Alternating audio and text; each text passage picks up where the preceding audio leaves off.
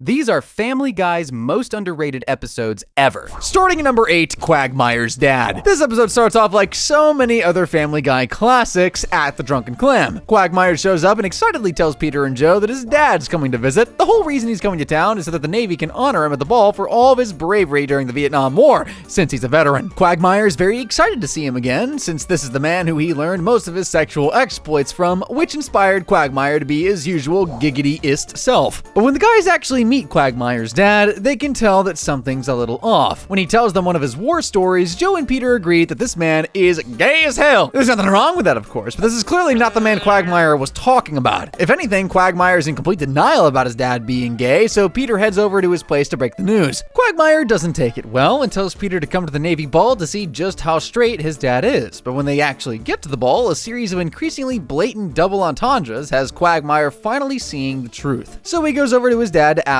the big question, but is surprised to find out that he's not gay. He's just a woman trapped in a man's body who plans to have a sex change operation whilst in town. Despite being absolutely floored by this announcement, Quagmire decides to go to the hospital to support his dad, and Lois forces Peter to go with him. When his dad comes out, it's a pretty stunning transformation. Oh, and she goes by Ida now. As shocking as this change is, the Griffins decide to be polite and invite Quagmire over for dinner, along with the family. But it takes all of 5 seconds for Peter to ask Ida what happened to her wiener, and another 3 to ask about her knockers. That proves to be too much for Quagmire, who storms back to his own place. When Ida follows him, he tells her how upset he is that after spending years telling the guys about what a hero his dad is, he now has to listen to her talk about her inside-out wang. Ida is understandably saddened by this, so she heads to a bar, where she runs into Brian, who's just back in town from a seminar. About 4 drinks later, and they're making out in the lobby, and Ida invites him up to her room. The next day, he heads back home and tries to show off about sleeping with a beautiful woman, only for everyone to laugh at how stupid he's been. And when Stewie reveals the truth, well, let's just say Brian gets a serious case of the queasies. Meanwhile, Ida goes back to Quagmire's place where she makes up with her son. Quagmire admits that he was unfair, and Ida admits that this was a lot to reveal all at once. But when he finds out that she had intercourse with Brian, he goes over to the Griffin residence and goes to town on the dog. Of course, Brian has the last laugh when he simply says he had intercourse with Quagmire's dad before slamming the door in his face. At number 7, we've got Quagmire's Quagmire, where Quagmire gets a taste of his own Quagmire medicine. Take a shot every time I say Quagmire in this video. Don't actually do that. There's one thing he is terrible at. It is technology. And after he experiences some minor technical issues, he heads to the electronics store to get his laptop fixed, where he meets Sonia, who sees all the wild graphic videos Quagmire left open on the screen. Instead of being weirded out like a normal person, she suggests a better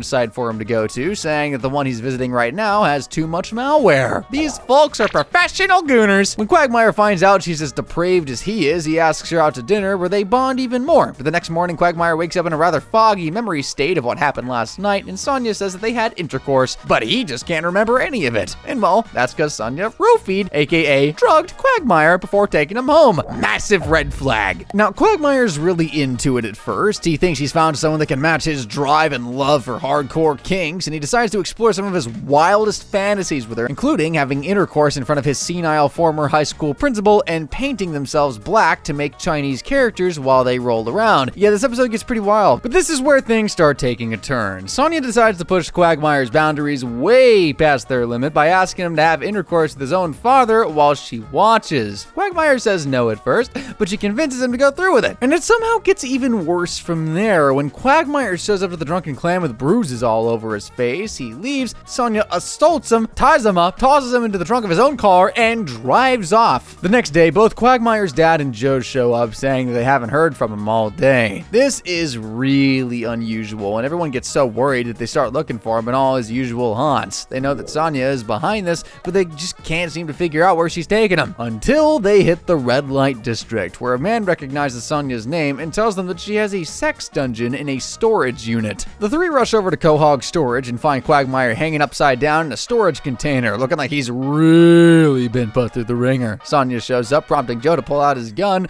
only to get disarmed in a flash. Fortunately, the gun didn't have any bullets in it, and when Sonia tries and fails to shoot everyone dead, Joe tackles her down and puts her in cuffs. Somehow, Quagmire came across as more normal in this episode compared to that crazy lady, but he's still a bit weird in this one, since he also finds out that his dad is pregnant from him. So, giggity, I guess. At number 6, Quagmire quit his job to become a stripper in American Gigalo. Quagmire and his fellow pilots go on strike, but after getting frustrated at how little progress they've made, decides to head on home. As he approaches his car though, he sees a bachelorette party going down at a bar and decides to try his luck. Funnily enough, everyone at the party thinks he's the stripper they hired, and Quagmire is only too happy to oblige. Later on in the Drunken Clam, Quagmire makes an exit saying that he has some more protesting to do. Peter and Cleveland and Joe can tell something is not quite right, so they follow him all the way to a club where a horde of ladies are waiting to watch him undress. When the guys catch up to him after the show, they find out that he's only doing this for the money and not the attention from the ladies. Turns out that he's as broke as a bank. Banks aren't broke. After 3 straight weeks of being on strike, and he even agrees to have intercourse with a woman for money. That officially takes him from stripper to gigolo, basically a male escort. The thing is, he kinda has to keep it a secret from Joe on account of being a gigolo being illegal and all that, and we also find out that the gig isn't quite as sweet as it really seems. Not long after that, Quagmire asks Peter for a lift, saying that one of his customers just flat out refused to pay him. Peter decides to go up and make sure he gets his money, which basically makes him Quagmire's pimp at this point, something that Peter is more than happy to do once he's offered a cut. The next few nights, Peter takes Quagmire to have intercourse with a frightfully ugly woman, mixes up his condoms with bubble gum, and even eats a pizza that Quagmire made a hole in through. And you know exactly how it got there. All that work leaves Quagmire exhausted, but there's no rest for the weary because Peter's got 5 more appointments lined up for him immediately. When Quagmire refuses, Peter becomes a classic pimp by slapping Quagmire until he complies. And he sticks with the whole pimp shtick too, dressing like one full time and not letting Quagmire eat until he's earned it. In this case, that means having intercourse with a very old woman at the bar, and Peter says Quagmire should only charge her $2. That seems like bad business, but hey, what do I know about pimping? Pretty soon, Quagmire's living the rough life of a streetwalker. He gets featured on an HBO documentary, and that's how you know your life has hit a new low, and is working so often that he even runs into Cleveland while he's driving toward a hobby of his. Anyway, all that exposure leads to Quagmire getting in the car with a lady that wants to do what he describes as German things. Peter tries to save him, but gets pulled into the scrum, and the pair end up walking off their bruises. That's when Peter apologizes to Quagmire and reveals that the strike actually ended a month ago. At least in this episode, Quagmire wasn't being weird, but instead the ladies were weird to him, even though he was into it at first. For the money. But moving on to number 5, Candy Quahog Marshmallow, Quagmire becomes a popular music artist. It all starts when the gang is going through Quagmire's stuff for spring cleaning. Peter finds a cassette tape featuring Quagmire and a beautiful Asian girl. In fact, he finds multiple of them. And it turns out that while Quagmire was stationed in Korea, he got cast in a massively successful soap opera called Winter Summer. Peter, Cleveland, and Joe can't wait to see what it's about, and they end up getting absolutely addicted to the story. Like, they are crying actual tears of emotion. These are the guys that can barely talk to their wives respectfully. There's just one problem, though. The cassette for the series finale is nowhere to be found, and according to Quagmire, the only place they'd find it is in Korea. So what does the gang do but book a ticket straight there, of course? The funny thing is, as soon as they land, everyone around recognizes Quagmire as American Johnny, the character from the soap. But even though the show is clearly still popular, the guys can't find that elusive last episode anywhere until all of a sudden they run into Quagmire's co-star, Soojin. It's not actually a coincidence, because there's apparently an app tracking Quagmire's every move. That's just how big of a deal Quagmire is in Korea. Anyway, Soojin happens to have that series finale they've been so desperate to see, and she invites them over to dinner so that they can watch it together. When they arrive, Quagmire is reintroduced to his old cat, Buttercup, who's had a whole litter of cute little kittens. After being forced to sit through a meal they clearly don't enjoy, the gang finally get their closure. They watch as American Johnny bids goodbye to the love of his life to return to America, prompting Peter to wonder why he'd do such a thing. This gives Quagmire an epiphany. He has a beautiful woman ready to spend her life with him in Korea, not to mention a whole load of grandkittens he needs to take care of. Why would he go back to America if he can live such a good life here? Peter has the bright idea to write Quagmire a K-pop song to convince him to come back to Quahog, which is where the episode's title comes from, by the way, but his mind is already made up. Or at least it was, until he finds out Soojin's grandpa, great-grandma, and dozens of her cousins will be staying with them. At that point, Quagmire says screw this and joins his friends at the airport just in time for their flight home. Upcoming, we got number 4, Airport 07, where Quagmire actually saved a ton of people from dying. After being driven to the airport by Peter, Quagmire gets onto the plane. However, Peter notices the ground crew fueling it up, and this gives him a pretty insane idea. Maybe his truck will fly if he puts puts jet fuel in it.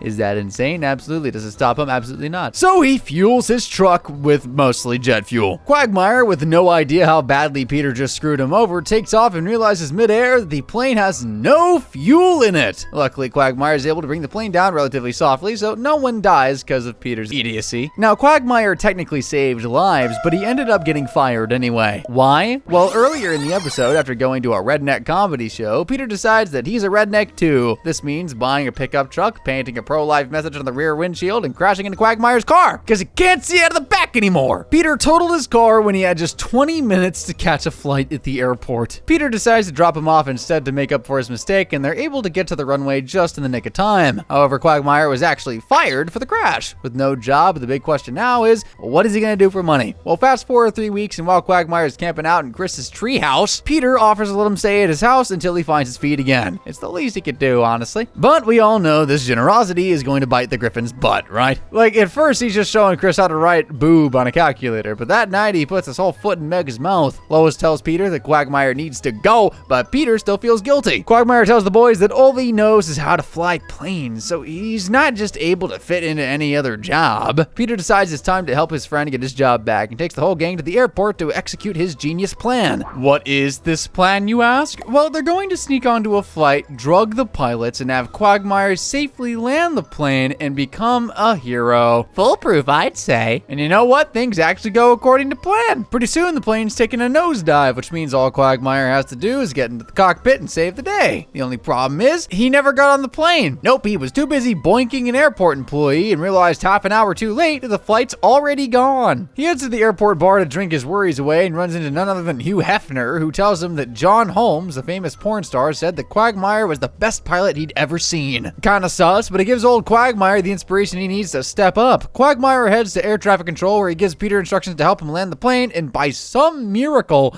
it all works out in the end. At number 3, Into Harmony's Way, Quagmire discovers that he and Peter can make beautiful music together. Quagmire and Peter are hanging out when they spot a bee, which makes them both scream. Much to their surprise, they're able to effortlessly harmonize, which gives them the idea to do something musical together. They pull out a couple of guitars and try their hand at writing lyrics, which at first seem to revolve around intercourse when coming from Quagmire and food coming from Peter.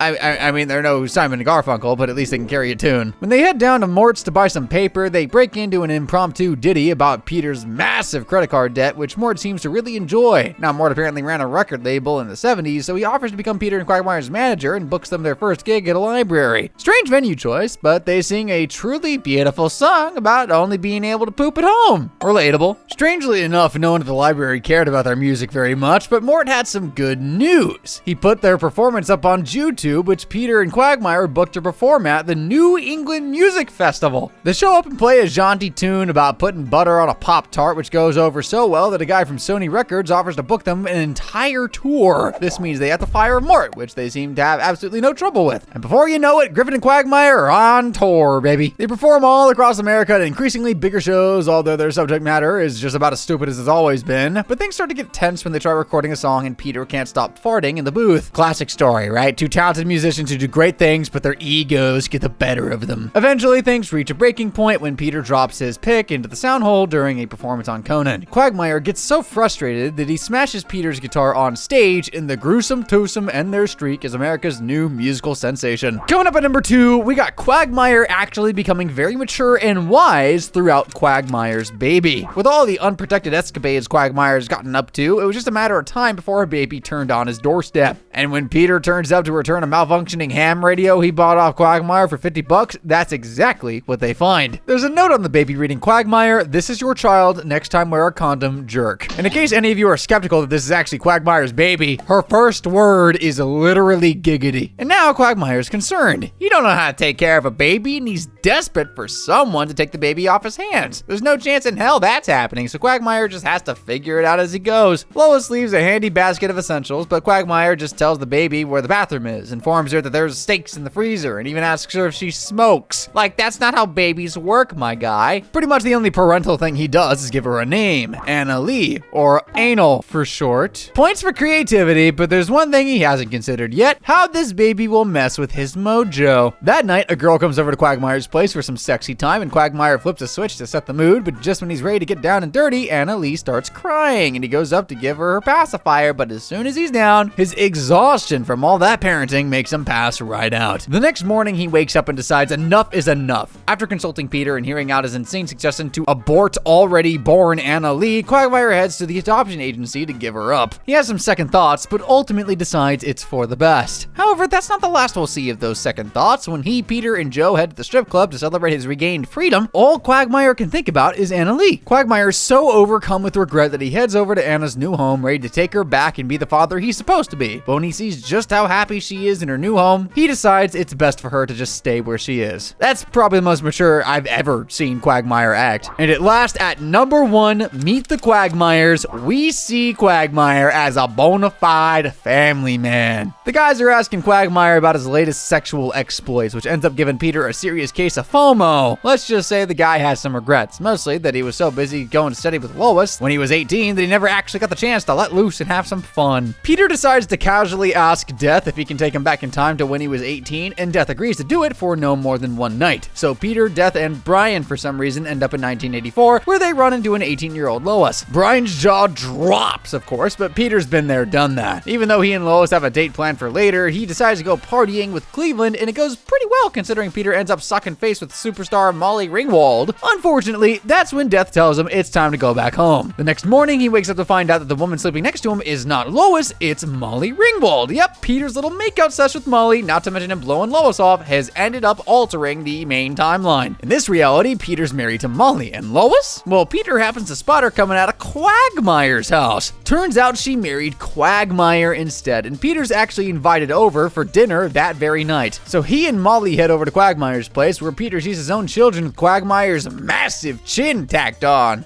Yeah, the Quagmire's kids in this reality, and Meg's inherited so much libido from her dad that she actually comes on to Peter during dinner. Ew! Peter tries to convince Lois this is some huge mistake, but she's got no idea what he's talking about. After seeing Quagmire whisk his wife away for some ugly bumping, Peter's desperate to go back in time and undo what he did. Weird thing is, though, everything seems way better in this timeline, so there's less of a chance of running into Death. Fortunately, a woman drops from the sky and dies, prompting Death to appear and give Peter the chance he needs. When he's back in 1984, Peter tries to make things right, only to mess it up a bunch of times. He ends up partying with Cleveland again, and Brian has to remind him what he's actually gone back in time for. Death is done giving Peter mulligans, so the fat man's got to actually win Lois back with his charm.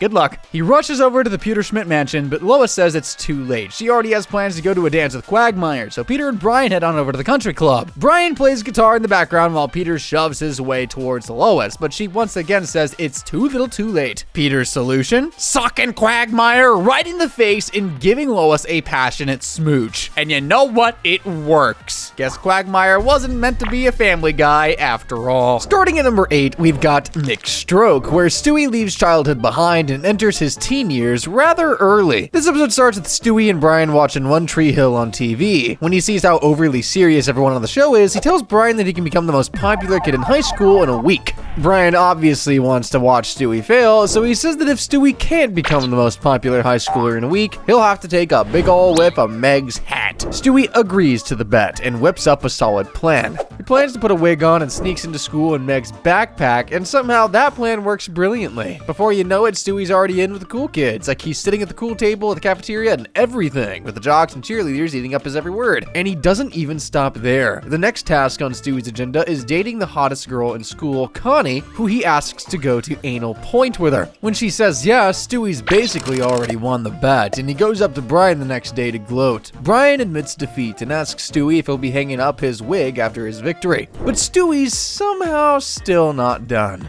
You see, being popular in high school has given him the kind of high that he just can't give up, and even though he doesn't have a clue what teenagers do up at anal point, Stewie still wanted to go to keep up his popular reputation. And when they arrive there, it doesn't take long for her shirt to come off, and at first, Stewie thinks she's offering him a meal. He quickly realizes that what she actually wants is sex, but he doesn't seem to know how all that grown-up stuff works books yet. But regardless, he takes his pants off, and of course, Connie is absolutely shocked by his tiny baby wang, and she laughs him out of the car. Stewie clearly doesn't realize what just happened. He shows up at school the next day expecting to still be one of the cool kids, but everyone just calls him Baby Penis, which is the sort of nickname you never want to live down, even if it's true. Of course, Stewie's not going to let Connie off easy. He goes up to her and asks for one last kiss, and when she bends down to give it to him, he takes his wig and clothes off and has Connie arrested for kissing a baby.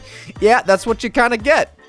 Literally. At number 7, Pale Stewie reminds us that Stewie's really just a lonely kid who needs a friend that he can spend his whole life with. While trying to take Lois out for about the millionth time, Stewie runs into Hudson, a sweet little boy who reminds Stewie of how much fun it is to be a kid. They play a game of spin in a circle, and while Stewie's initially kind of hesitant, he actually enjoys himself for a change. He even says he likes Hudson when he has to leave, which might just be the first time Stewie said that he likes anyone that isn't a dog named Brian. The next day, he's so excited to meet his new best friend that he's quite literally skipping his way to the park. Brian asks him why he'd want to be friends with a kid when he's such a genius, only for Stewie to say that Hudson's just a cool guy. It turns out that Hudson feels the same way. In fact, he likes Stewie so much that he asks to come over for a play date, leading to some adorable excitement from the little tyke. He asks Brian if Hudson can come over, and Brian agrees, although he's kind of surprised that Stewie actually agreed to play date in the first place. But here's the thing. Stewie might be a little too advanced for the innocent little Hudson. When the kid comes over to play, he suggests playing cops and robbers, pointing a pretend gun at Stewie, who decides to show Hudson the formidable arsenal hidden in his bedroom wall. Hudson is understandably confused and asks Stewie why he has so many guns, to which Stewie tells him that a lot of them are meant to help him kill his mom, which is clearly too much information for the innocent little guy.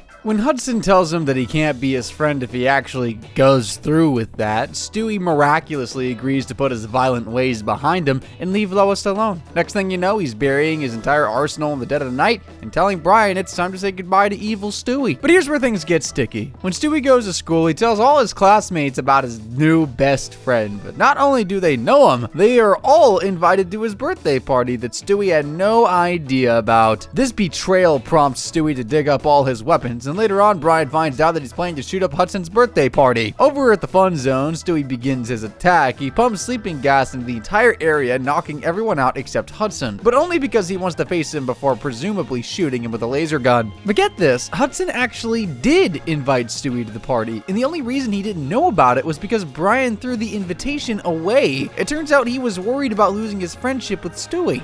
At number 6, Terminator is all about Stewie and Brian's rivalry getting to a destructive new level. This absolutely wild episode is an homage to the Terminator, obviously, with Stewie drawing up plans to make a killer robot that looks exactly like Peter. A Terminator, if you will. Why does he do this? Well, because Lois almost made him eat broccoli, which is obviously punishable by death. Now, Stewie admits that the technology to create this robot doesn't exist yet, except that a Terminator from the future has already traveled back in time to present-day Quahog. When the robot shows up at the Griffin residence, Stewie immediately knows that this is not the real Fat Man. He realizes that his future self probably created the machine and sent it back in time to help him kill Lois. How helpful! Except for one small hitch, the Terminator isn't there for Lois, it's there for Stewie. Just when the robot pulls out a shotgun, Brian whisks Stewie away. They hide in his bedroom and barricade the door, where Stewie theorizes that some future enemy of his stole the robot and sent it back in time to kill him as a baby. He grabs some guns from his secret vault and starts climbing down the window with the special Mario Lopez sheets just as the Terminator breaks down the door. Stewie and Brian then make a run for it on Stewie's tricycle, but the Terminator steals Joe's new electric wheelchair and follows them in hot pursuit. The two fugitives hide out in a motel, but it does not take long for the robot to catch up to them. As the Terminator points the shotgun at Stewie's face,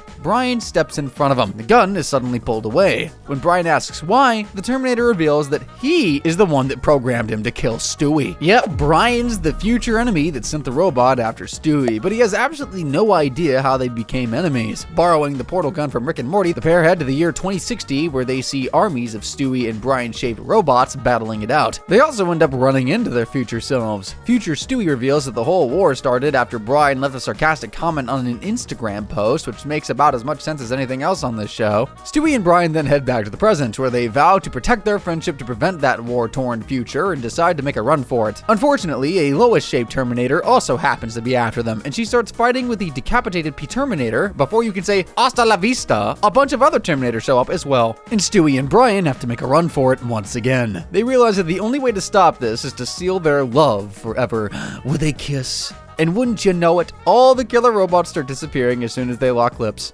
What a great show. At number 5, Stewie becomes a celebrity in The Peanut Butter Kid, and boy does he regret it. Peter and Lois aren't exactly great at managing their finances, and they realize in this episode that if they want Stewie to go to college, they need to start thinking ahead. Peter has the bright idea to use a metal detector to help find some cash, but that works about as well as you'd expect. Eventually, the Griffins head to the mall to return the troublesome tool, where they find a line of parents hoping to get their toddlers cast in a peanut butter commercial. That's when Stewie decides to make fun of the time Brian got into some expired peanut butter in the trash, and weirdly enough, his shenanigans are exactly what the ad execs are looking for. He actually ends up appearing on TV, although unfortunately the ad airs during Two Broke Girls, but a whole crowd of the Griffins' friends show up to support Stewie anyway. The commercial is pretty standard, and Stewie doesn't do much apart from acting like an idiot with peanut butter all over his face. That might sound dumb, but the next day the Griffins find out that Stewie earns $2,000 every time the commercial airs. Now, the whole point was to save for Stewie's college fund, keep in mind, but Peter and Lois decide to blow the cash on a fancy dinner instead.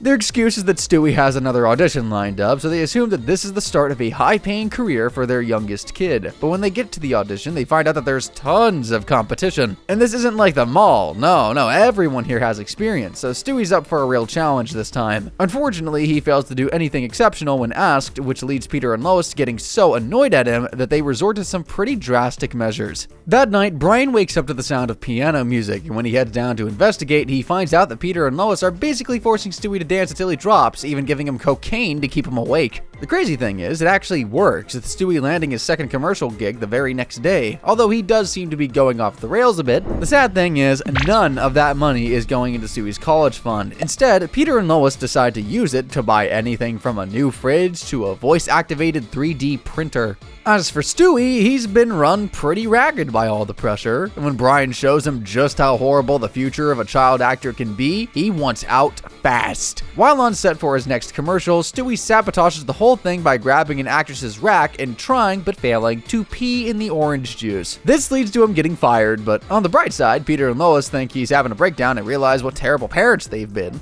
At number 4, High School English, Stewie goes through an insane trip across time. Peter decides to take us all on a tour of American literary classics in this episode, starting with The Great Gatsby. Stewie plays the part of Nick Carraway, who's just moved to Long Island and hears a wild party going on next door. He goes on to investigate the commotion and runs into Jay Gatsby, who's actually just Brian in a suit and a blonde wig. Now, even though Brian's just met Stewie in this timeline, he decides to share something deeply personal with him. He's in love with a girl named Daisy Buchanan, who happens to be Stewie's cousin. Stewie decides to help Brian meet Daisy by inviting both of them to his house for tea. We find out that Daisy is actually just a Lois, which makes sense, because who else could she be? Meg?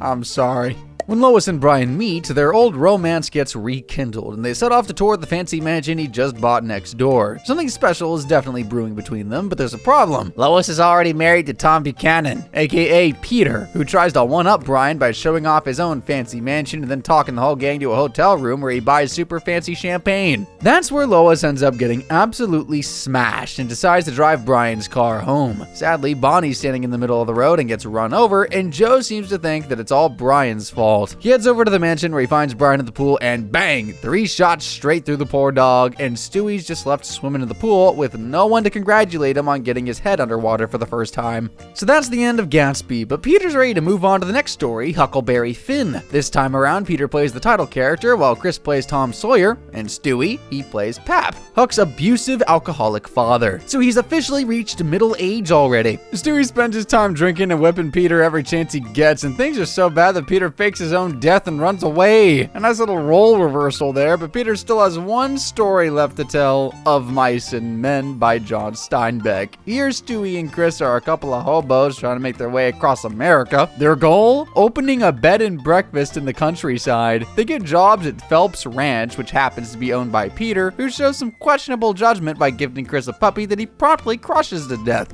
Apart from that, though, things go pretty swell for the guys. Stewie gets all dressed up to go to a local piano bar to sing on stage, but whilst he's gone, Chris accidentally snaps Meg's neck when she comes on to him. Gross on so many levels. Stewie rushes and finds Chris by a tree where he shoots him in the head to save him from getting hanged. The end.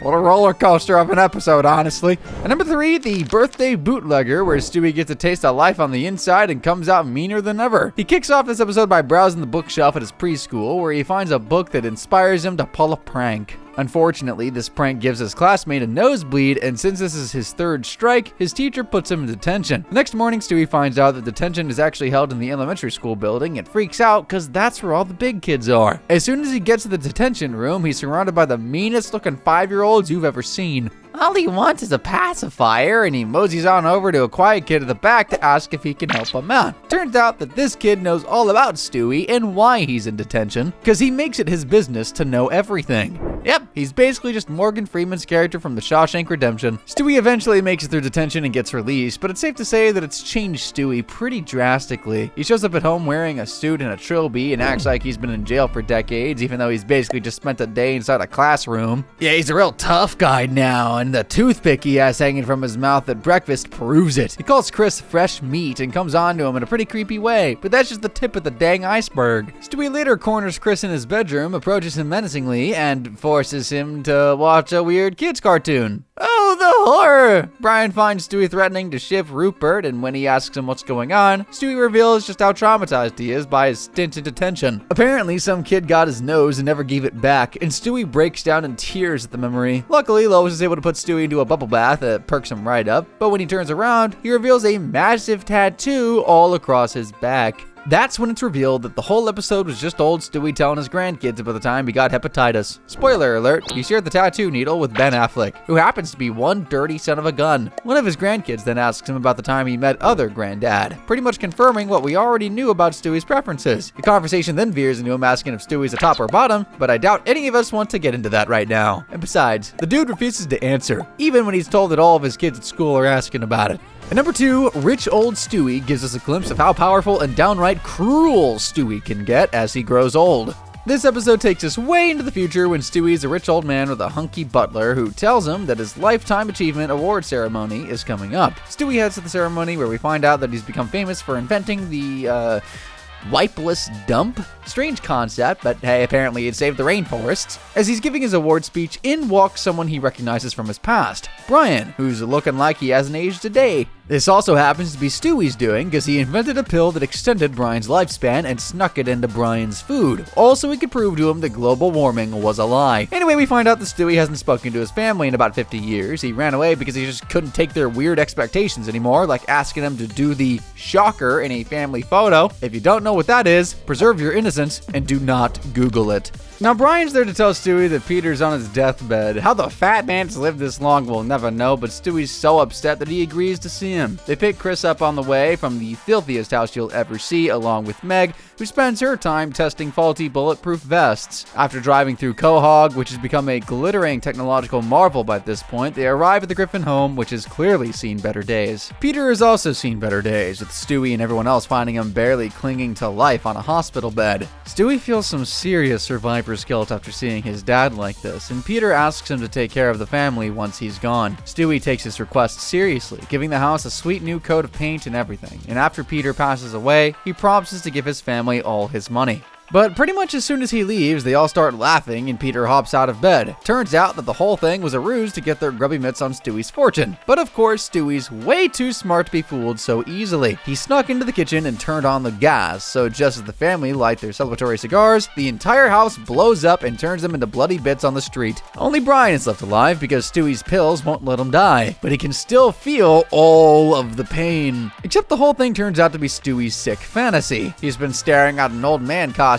for the whole episode and imagining what it would be like for him in the future. There's just no end to how twisted this kid's brain can be. And at number 1, the most interesting man in the world, Peter Griffin's quest for culture turns him into an insufferable D-bag. Lois decides to spend some time with Bonnie, which means that Peter's in charge of Stewie for the day. Sounds like a recipe for disaster, I know, but he seems to do alright at first, even taking Stewie to the park instead of plopping him in front of the TV. But it takes all but about 5 minutes for Peter to get bored out of his mind, and as it so happens, the Drunken Clam is right next to the park. Peter, being a man of absolutely zero self-control, ends up going to the clam and getting wasted instead of taking care of his son. By the time he realizes how long it's been, he heads back, and Stewie's nowhere to be found. Except Peter seems to think some random random baby on a swing is his own child. He picks the kid up and heads off, leaving the real Stewie all alone in the park. Stewie thinks he's going to die there as an old man. Peter realizes that there has to be a mix-up when he gets home, but when he sees Lois returning, he figures he can just try to pass the baby off as Stewie. Of course, she immediately realizes what happened, but fortunately the kid's parents also picked up Stewie and brought him back for a really weird hostage swap. Lois is understandably angry at Peter and calls him an idiot to his face, which actually inspires him to travel and see the world. He wants to become a cultured man, someone worthy of Lois's affections, so when the company offers to send him on a trip to Chicago, he jumps at the opportunity. He realizes that business trips don't usually involve that much business. It's mostly just a meeting or two, followed by tons of free time. So Peter starts signing up for every business trip he can. Pretty soon, he's traveled all over the place, and he suddenly arrives back home looking and talking all fancy. This might sound cool at first, but when he replaces the TV with a bookshelf and starts getting super full of himself, his family wants nothing more than for him to get back to his former self. Lois and Brian figure that if they can send Peter to the dumbest city in America, maybe they can reverse some of the insufferable intelligence he's acquired from his trips to San Francisco and New York. What's the dumbest city in America, you ask?